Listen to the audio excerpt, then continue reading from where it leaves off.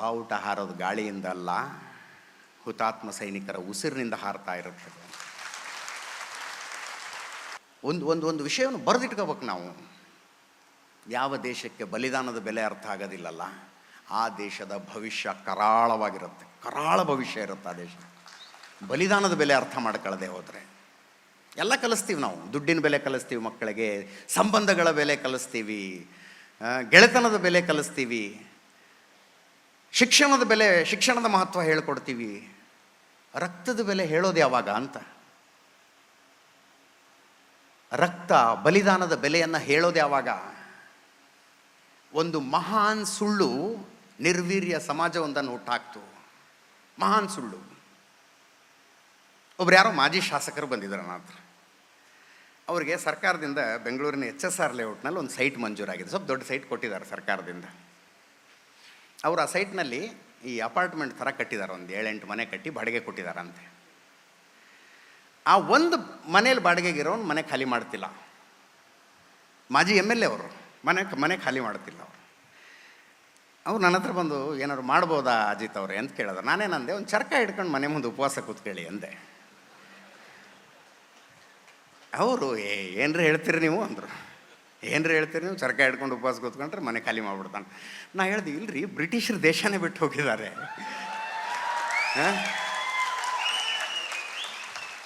ನಿಜವಾದ ಘಟನೆ ಹೇಳ್ತಾ ಇದ್ದೀನ ನಾನು, ಸುಮ್ಮನೆ ಶಾಸಕರ ಹೆಸರು ತಗೊಳ್ಳೋದು ಬೇಡ ಇಲ್ಲಿ.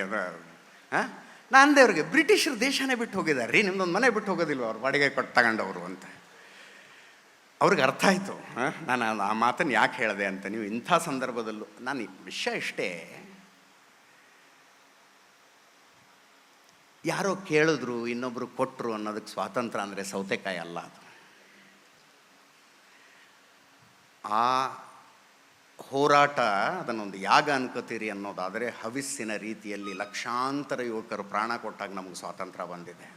ಲಕ್ಷಾಂತರ ಯುವಕರ ಪ್ರಾಣ ಕೊಟ್ಟಾಗ. ಇವತ್ತು ದಿಲ್ಲಿಗೆ ಹೋಗ್ತಾ ಇರ್ತೀರಿ, ಹೋಗಿ ಒಂದು ಸಲ ಅಮರ್ ಜವಾನ್ ಸೈನಿಕ ಸ್ಮಾರಕಕ್ಕೆ, ಹುತಾತ್ಮ ಸ್ಮಾರಕಕ್ಕೆ ಹೋಗಿ. ಕೆತ್ತಿಟ್ಟಿದ್ದಾರೆ ಹೆಸರುಗಳನ್ನು. 23,000 ಸೈನಿಕರು ಬಲಿದಾನ ಮಾಡಿದಾಗ, ಆ ಬಲಿದಾನದ ಕಾರಣಕ್ಕಾಗಿ ಒಂದು ಶುಭ ಸಾಯಂಕಾಲ ಭಾನುವಾರ ಶಿವಮೊಗ್ಗದಲ್ಲಿ ಇಂಥದ್ದೊಂದು ಕಾರ್ಯಕ್ರಮ ಮಾಡೋಕ್ಕಾಗದು. ಆ ಬಲಿದಾನ ಅದು ಯಾರೋ ಭಾಳ ಚಂದ ಹೇಳ್ತಾರೆ, ಬಾವುಟ ಹಾರೋದು ಗಾಳಿಯಿಂದ ಅಲ್ಲ, ಹುತಾತ್ಮ ಸೈನಿಕರ ಉಸಿರಿನಿಂದ ಹಾರ್ತಾ ಇರುತ್ತದೆ. ಇದರ ಬೆಲೆ ಅರ್ಥ ನಾವು ಫಸ್ಟ್ ಆಫ್ ಆಲ್ ನಾವು ಅರ್ಥ ಮಾಡಿಕೊಳ್ಳದೆ ಹೋದರೆ, ಮುಂದಿನ ತಲೆಮಾರಿಗೆ ಅರ್ಥ ಮಾಡಿಸದೆ ಹೋದರೆ ದೇಶದ ಭವಿಷ್ಯ ಕರಾಳ ಆಗಿರುತ್ತೆ. ದೊಡ್ಡ ಭವಿಷ್ಯ ಇರೋದಿಲ್ಲ ಅಂಥ ದೇಶ. ಯಾವುದೇ ದೇಶ ತಗೊಳ್ಳಿ ನೀವು, ರಕ್ತದ ಬೆಲೆ ಮೊದಲು ತಿಳ್ಕೋಬೇಕು, ಬಲಿದಾನದ ಬೆಲೆಯನ್ನು ಮೊದಲು ತಿಳ್ಕೋಬೇಕು. ಸೈನಿಕರ ವಿಷಯದಲ್ಲಿ ಕೆಲವೊಂದು ಸಲ ವಿಚಿತ್ರವಾಗಿ ಮಾತಾಡ್ತಾರೆ. ಎಲ್ಲೂ ಕೆಲಸ ಮಾಡೋದಕ್ಕಿರಲಿಲ್ಲ, ಅವ್ರು ಮಿಲ್ಟ್ರಿಗೆ ಹೋಗ್ಬಿಟ್ರು, ಏನು ನಿರುದ್ಯೋಗದ ಕಾರಣಕ್ಕಾಗಿ ಮಿಲ್ಟ್ರಿಗೆ ಹೋಗ್ತಾರೆ. ವಿಚಿತ್ರ ಹೇಳಿಕೆಗಳನ್ನು. ಕ್ಯಾಪ್ಟನ್ ಮನೋಜ್ ಪಾಂಡೆ ಅಂತಿದ್ರು, ಕಾರ್ಗಿಲ್ ಯುದ್ಧದ ಹುತಾತ್ಮ. ಅವ್ರದ್ದು NDA ಎಕ್ಸಾಮ್ ಪಾಸ್ ಆದಾಗ ಇಂಟರ್ವ್ಯೂ ಕೂತ್ಕೋತಾರಲ್ಲ, BSc MSc 2 ಗೋಲ್ಡ್ ಮೆಡಲಿಸ್ಟ್ ಅವರು. ಇಂಟರ್ವ್ಯೂನಲ್ಲಿ ನೋಡಿ ಗಾಬರಿ ಆದರಂತೆ ಮಿಲಿಟರಿ ಅಧಿಕಾರಿಗಳು. ಆ ಮನುಷ್ಯನಿಗೆ ಅಷ್ಟೊತ್ತಿಗಾಗಲೇ ಭಾರತದಲ್ಲಿ ಕೆಲಸ ಮಾಡುವ ಅತಿ ದೊಡ್ಡ MNCಗಳಿಂದ ಆಫರ್ ಲೆಟರ್ಗಳಿತ್ತು, ಅತಿ ದೊಡ್ಡ MNCಗಳಿಂದ. ಅದನ್ನು ನೋಡಿ ಕೇಳ್ತಾರೆ ಅವರು, ಅಲ್ಲಯ್ಯ ಇಂಥ ಜಾಬ್ಗಳನ್ನು ಬಿಟ್ಟು ನೀನು ಮಿಲ್ಟ್ರಿಗೆ ಬರ್ತಾ ಇದೆಯಾ ಅಂತ. ನೋಡಿ ಡಿಫ್ರೆನ್ಸ್ ಏನಿದೆ. ವಾರಕ್ಕೆ 5 ದಿವಸ ಕೆಲಸ, ದಿನಕ್ಕೆ 9 ತಾಸಿನ ಕೆಲಸ, ಸಂಬಳ ಲಕ್ಷಗಟ್ಟಲೆ, 4-5 ವರ್ಷ ಕಂಟಿನ್ಯೂಸ್ ಆಗಿದ್ದರೆ 2-3 ಫಾರಿನ್ ಟ್ರಿಪ್ ಆಗುತ್ತೆ. ಬೆಳಗ್ಗೆ ಮನೆಯಿಂದ ಹೋದರೆ ಸಂಜೆ ವಾಪಸ್ ಬಂದು ಹೆಂಡತಿ ಮಕ್ಕಳ ಜೊತೆ ಊಟ ಮಾಡಿ ಮಲ್ಕೋಬೋದು. ಶನಿವಾರ ಭಾನುವಾರ ಡ್ಯೂಟಿ ಇಲ್ಲ. ಅದು ವರ್ಕ್ ಕಲ್ಚರ್ ಹೆಂಗಿದೆ ಅಂದರೆ ಫೋನು ಮಾಡೋಂಗಿಲ್ಲ, ಫೋನ್ ಮಾಡಿನೂ ಕೆಲಸದ ವಿಷಯ ಮಾತಾಡೋಂಗಿಲ್ಲ. ಅಂಥ ಎಲ್ಲ ಆಫರ್ಗಳನ್ನು ಬಿಟ್ಟು NDA ಎಕ್ಸಾಮ್ ಬರೆದಿದ್ದಾನೆ ಆ ಮನುಷ್ಯ. ಅಂಥದ್ದು ಏನಿದೆ ಅಂತ ಇಲ್ಲಿಗೆ ಬರ್ತಿದ್ಯಾ ಅಂತ ಕೇಳಿದ್ರಂತೆ ಮಿಲಿಟರಿ ಅಧಿಕಾರಿಗಳ ಆಶ್ಚರ್ಯಚಕಿತರಾಗಿ. ಆತ ಹೇಳದ್ನಂತೆ, ಹೌದು ನೀವು ಹೇಳೋದು ಕರೆಕ್ಟು, ಅಲ್ಲಿ ಹೋದರೆ ಲಕ್ಷಗಟ್ಟಲೆ ಸಂಬಳ, ಓಡಾಡೋದಕ್ಕೆ ಕಾರು, ಇರೋದಕ್ಕೆ ಮನೆ, ವಾರಕ್ಕೆ ಎಷ್ಟೇ ದಿವಸ ಕೆಲಸ, ಎಲ್ಲ ಇದೆ ಕರೆಕ್ಟು. ಅಲ್ಲಿ ನಾನು ಏನು ತಿಪ್ಪುರಲಾಗ ಹಾಕಿದ್ರೂ, ಅಲ್ಲಿ ನಾನು ಏನು ಮಾಡಿದ್ರೂ ಪರಮವೀರ ಚಕ್ರ ತಗೊಳಕ್ಕಾಗೋದಿಲ್ಲ. ಅದಕ್ಕಾಗಿ ಬಂದಿದ್ದೀನಿ, ಅದಕ್ಕಾಗಿ ನಾನು ಸೈನಿಕ ಸೇರ್ಕೋಬೇಕು ಅಂತ ನಾನು ಅನೇಕ ವೇದಿಕೆಗಳ ಮೇಲೆ ಹೇಳಿದ್ದೀನಿ. ಇವತ್ತು ಇನ್ನೊಂದು ಸಲ ಹೇಳ್ತೀನಿ. ಕಾರ್ಗಿಲ್ ಯುದ್ಧ ಆದಾಗ ನಾನು ಎಸ್ ಎಲ್ ಸಿ ಎಕ್ಸಾಮ್ ಬರೆದಿದ್ದೆ. ನಾನು ಆವಾಗ ದೂರದರ್ಶನ ಒಂದೇ ಬರ್ತಿತ್ತು, ಫಸ್ಟ್ ಟೆಲಿವೈಸ್ಡ್ ವಾರ್ ಇನ್ ಇಂಡಿಯಾ. ನಾನು ಮಧ್ಯಾಹ್ನ ಊಟ ಮಾಡ್ತಾ ಟಿ ವಿ ನೋಡ್ತಿರುವಾಗ ಒಬ್ಬ ತಾಯಿಯ ಸಂದರ್ಶನ ಬರ್ತಿತ್ತು. ಅದರಲ್ಲಿ ಕ್ಯಾಪ್ಟನ್ ಸೌರಭ್ ಕಾಲಿಯ ತಾಯಿ, ಕಾರ್ಗಿಲ್ ಯುದ್ಧದ ಮೊದಲ ಹುತಾತ್ಮ, ಆತನ ತಾಯಿಯ ಸಂದರ್ಶನ ಬರ್ತಿತ್ತು. ಸೌರಭ್ ಕಾಲಿಯ ಚಿಕ್ಕವನಿದ್ದಾಗ, 4-5 ವರ್ಷದವನಾಗಿದ್ದಾಗ ಅಮ್ಮ ಮಗ ಕೂತ್ಕೊಂಡು ಟಿ ವಿ ನೋಡ್ತಿದ್ರಂತೆ. ಟಿ ವಿಲಿ ಕಪಿಲ್ ದೇವ್ ತಾಯಿದು ಇಂಟರ್ವ್ಯೂ ಬರ್ತಿತ್ತಂತೆ, ಕಪಿಲ್ ದೇವ್ ತಾಯಿದ್ದು. ಈ ಅಮ್ಮ ಮಗುಗೆ ಹೇಳ್ತಾರೆ, ನೋಡು ಕಪಿಲ್ ದೇವ್ ಎಂಥ ಮನುಷ್ಯ, ಆತನ ಕಾರಣಕ್ಕಾಗಿ ಅವರ ಅಮ್ಮ ಟಿ ವಿಲಿ ಬರ್ತಾ ಇದ್ದಾರೆ ನೋಡು ಅಂತ 5 ವರ್ಷದ ಮಗುಗೆ ಹೇಳಿದ್ರೆ, ಆ ಮಗು ಹೇಳದ್ನಂತೆ ಸೌರಭ್ ಕಾಲಿಯ, ಅಮ್ಮ ಮುಂದೊಂದು ದಿವಸ ನಾನು ಎಂಥ ಕೆಲಸ ಮಾಡ್ತೀನಿ ಅಂದರೆ ನನ್ನ ಕಾರಣಕ್ಕೆ ನೀನು ಟಿ ವಿಲಿ ಬರ್ತೀಯ ನೋಡ್ತಿರು ಅಂತ ಹೇಳದ್ನಂತೆ. ನನ್ನ ಕಾರಣಕ್ಕೆ ನೀನು ಟಿ ವಿಲಿ ಬರ್ತೀಯ ನೋಡ್ತಿರು ಅಂತ. ಆ ತಾಯಿ ಹೇಳ್ತಿದ್ರು, ಇವತ್ತು ನಾನು ನನ್ನ ಮಗನ ಕಾರಣಕ್ಕಾಗಿ ಟಿ ವಿಲಿ ಕೂತ್ಕೊಂಡು ಮಾತಾಡ್ತಿದ್ದೀನಿ, ನೋಡೋದಕ್ಕೆ ನನ್ನ ಮಗನೇ ಇಲ್ಲ. ಅಂಥವರ ತ್ಯಾಗ ಬಲಿದಾನ ಅದು, ಅಂಥವರ ತ್ಯಾಗ ಬಲಿ. ಈ ದೇಶದಲ್ಲಿ ವಿಚಿತ್ರವಾಗಿ ಮಾತಾಡ್ತಾರೆ ಸೈನ್ಯದ ಬಗ್ಗೆ, ಸೈನಿಕರ ತ್ಯಾಗದ ಬಗ್ಗೆ. ಪುಲ್ವಾಮಾ ಅಟ್ಯಾಕ್ನಲ್ಲಿ ಹುತಾತ್ಮ ಯೋಧರ ಪಟ್ಟಿ ಇಟ್ಕೊಂಡು ಅವರ ಸರ್ನೇಮ್ಗಳ ಆಧಾರದ ಮೇಲೆ ಇವ್ರ ಜಾತಿ ಇಂಥದ್ದು, ಇವ್ರ ಜಾತಿ ಇಂಥದ್ದು ಅಂತ ಪಟ್ಟಿ ಕೊಟ್ಟಂಥವ್ರು ಇದ್ರಿ ನಮ್ಮ ದೇಶದಲ್ಲಿ. ಗೊತ್ತಿಲ್ಲ ಇವತ್ತಿದನ್ನು ಹೇಳೋದು ಎಷ್ಟು ಸರಿನೋ. ಹುತಾತ್ಮ ಯೋಧರ ಸರ್ನೇಮ್ಗಳನ್ನು ತೆಗೆದು ಇವನು ಇಂಥ ಜಾತಿ, ಇವನು ಇಂಥ ಜಾತಿ, ಇದರಲ್ಲಿ OBC ಅವ್ರು ಇಷ್ಟಿದ್ದಾರೆ, SC ಇಷ್ಟಿದ್ದಾರೆ, ST ಎಷ್ಟಿದ್ದಾರೆ ಅಂತ ಪಟ್ಟಿ ಕೊಟ್ಟಿದ್ರು.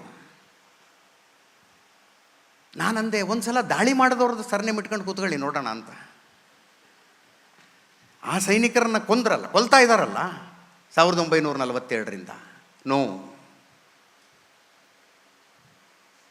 ಈ ರೀತಿಯಾಗಿ ಬದುಕುತ್ತಾ ಇರುವ ಸಮಾಜದಲ್ಲಿ ಇಂಥದ್ದೊಂದು ಕಾರ್ಯಕ್ರಮ ಆಯೋಜನೆಗೊಳ್ಳೋದು, ಕೂತ್ಕೊಳ್ಳುವ ಎಲ್ಲ ಸೀಟ್ಗಳ ಮುಗಿದು ಜನ ನಿಂತ್ಕೊಂಡು ಈ ಸನ್ಮಾನವನ್ನು ನೋಡ್ತಾ ಇರುವಂಥದ್ದು ಬದುಕಿಗೊಂದು ಹೋಪ್ ಕೊಡುತ್ತೆ.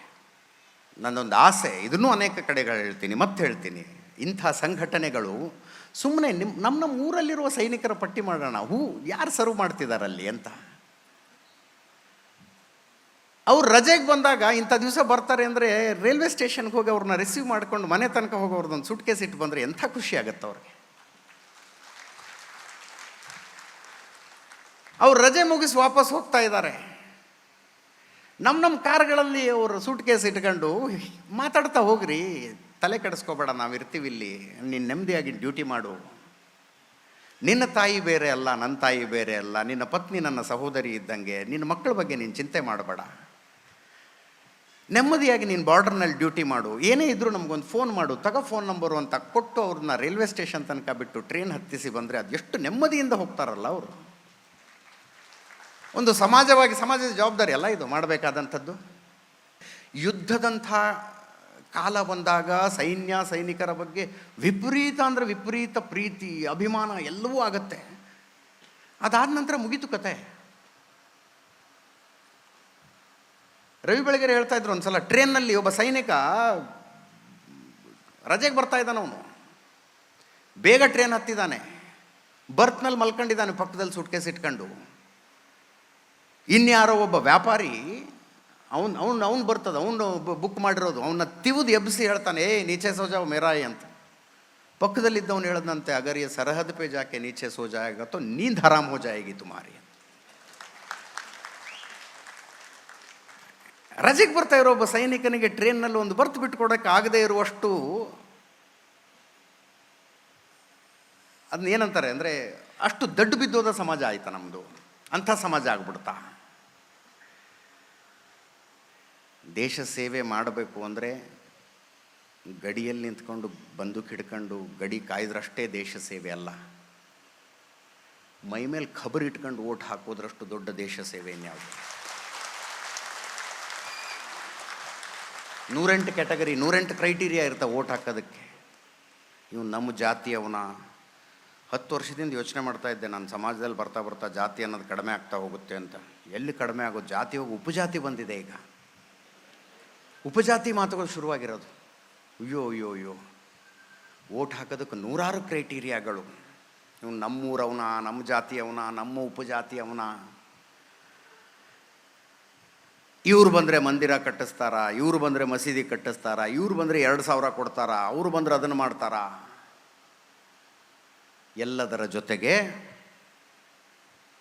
ನನ್ನ ಮಕ್ಕಳ ಭವಿಷ್ಯ ಯಾರ ಕೈಯಲ್ಲಿ ಸುಭದ್ರವಾಗಿರುತ್ತೆ ಅನ್ನೋದು ಯೋಚನೆ ಮಾಡ್ಕೊಂಡು ಓಟ್ ಹಾಕುವಾಗ ಇರಬೇಕಾದ ಕ್ರೈಟೀರಿಯಾ, ನಾವು ಮಾಡಬೇಕಾದ ಜವಾಬ್ದಾರಿ.